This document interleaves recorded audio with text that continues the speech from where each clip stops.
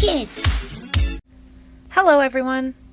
Today I'm going to read the first installment of my Reading Rainbow tribute, which is Tight Times by Barbara Shook Hazen. Pictures by Trina Schart Hyman.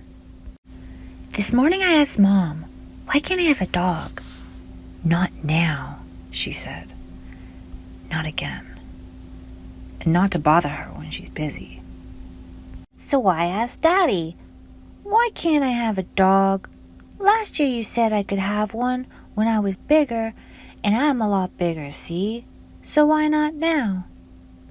Because of tight times, said Daddy. He said I was too little to understand. I'm not too little, I said.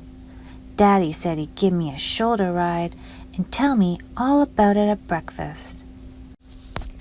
He said, tight times are when everything keeps going up. I had a balloon that did that once. Daddy said, tight times are why we all eat Mr. Bulk instead of cereal in little boxes. I like the little boxes better. Daddy said, tight times are why we went to the sprinkler last summer instead of the lake. I like the lake better. Daddy said, tight times are why we don't have roast beef on Sunday. Instead, we have soupy things like lima beans. I hate lima beans. If I had a dog, I'd make him eat mine. Daddy said tight times are why Mrs. McIntosh picks me up after school instead of Mommy, because of Mommy's job. Mommy was more fun. Mrs. McIntosh isn't good at games, and she never wants to watch what I want to watch on TV. I'd trade her for a dog any day. This afternoon, something funny happened. Daddy came home in the middle of the day. I was making up a new game, and Mrs. McIntosh was watching her program. Daddy looked mad. He said something to Mrs. McIntosh, and she left. Then Daddy fixed us both special drinks. He said he wasn't mad at me. He said he was mad because he had lost something. I said, look behind the radiator, because that's where I found my lost puzzle piece. Daddy said, it wasn't that simple. What he lost was his job. Then Mommy came home. She gave me a candy bar and said she wanted to talk to Daddy. She said I could go outside and sit on the front steps, but not to go near the street, no matter what. Mrs. McIntosh never let me do that. I was just sitting on the steps when I heard something. It sounded like it was coming from the trash can. It sounded like someone crying. It kept on crying. So I walked over and looked under the lid. There was something in there. It was a cat.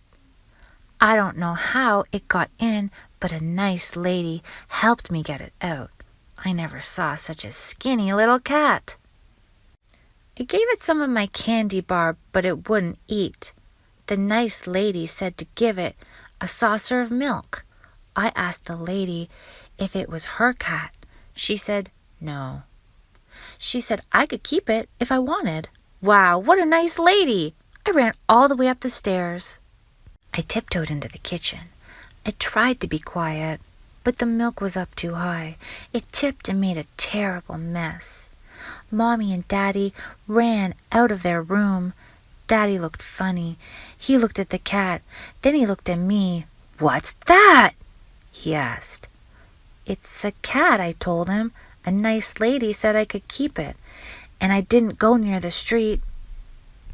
Then something sort of scary happened. Daddy started to cry. So did Mommy. I didn't know Daddy's cried.